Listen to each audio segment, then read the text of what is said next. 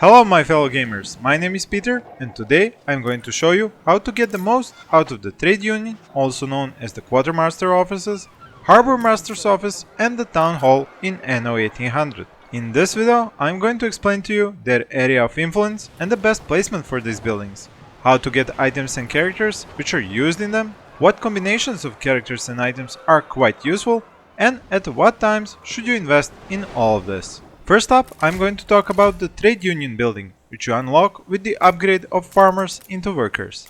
This building is not cheap to construct or maintain, so use it efficiently. And to do this, you have to understand its function and how it operates. Once you build it, you will see that it has 3 free slots. These you can fill with items or characters you have stored at your local trade post. You can also remove them at any time if you find better items or characters. Trade Union's buildings range is circular, like most things in Anno, so if you want production buildings to be affected by it, you have to build them all around it. Each building has to be at least 50% of its size inside this influence range for the effect to apply to it. This is why if you have items which influence farms, you can build these at the edge of the effective range and spread the fields to the sides, only the main building counts. While closer to the trade union building, you can build the next buildings in the production chain which the items or characters you have placed in it influence. You can learn more about the correct placement of production buildings and production chains in general in my video on this subject, which I will link in the right corner of the screen and the description below. An important note here is that you need to pair up items and characters which influence the same production chains. So for example, if you find an item which influences pig farms, you want to set up a character in that trade union which will influence slaughterhouses or maybe buildings from the soap production chains and keep them all together and under the influence area of that particular trade union. The Harbourmaster's office functions and operates much the same, the only difference being it is built on water. In it, you place the items and characters which influence the production rates of coastal buildings, stats of harbor defense cannons, the exchange rate of goods happening at the trade post, and much more. It is also expensive to build and maintain, so once again you have to place it strategically. Since the shorelines are mostly one-directional and straight, the circular effect area of the Harbourmaster's office has a very limited effective range, especially if you want it to affect larger coastal buildings. Because the items and characters you place inside the Harbourmaster's office set the rules for which buildings you want in its range, do not be annoyed if you have to shift the placement of your coastal buildings around once you get a really cool item or character you want to use on them. You can get more items to use at these buildings by buying them from the traders, but my personal favorite way is to get them by farming pirates.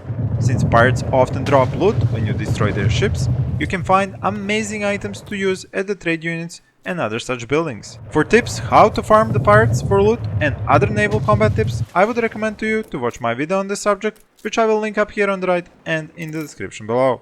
The last building I want to talk about is the town hall. It is primarily used to influence the citizens of your city, so you want to build it in the middle of a heavily populated island. But it can also be the home of items and characters which influence the service buildings, like the pub, church, school, and so on. Depending on which characters and items you want to use in it, you have to pick the place to construct it at, which will let its area of effect encompass the right buildings. You do not unlock the town hall until you have artisans in your city, so you will have plenty of time to decide about the right placement of it. Also remember, since artisans do not need a marketplace, you could switch out the marketplace for a town hall. And speaking of artisans, if you are having trouble getting to them while playing against the pirates and other NPC traders, I have a great video guide for you which will walk you through the Anno's 1800 gameplay from the first farmer homes at the start of a new game all the way to the upgrade to the artisans' homes. I will leave a link in the description and here on the upper right corner of the screen. All 3 of these buildings should be built only after you find the right items and or characters which are usable inside them and which will give you bonuses which will outweigh the construction and maintenance cost of these buildings. If you do not have a use for an item or character, just leave them in the trade post of one of your islands and wait for the opportune time to use them in a trade union, Harbourmaster's office or the town hall. My honest advice is to use the option when setting up a new game to be able to freely move buildings without paying any price, as min-maxing in Anno 1800 is a continuous job and requires many changes to your production chain setup as you play.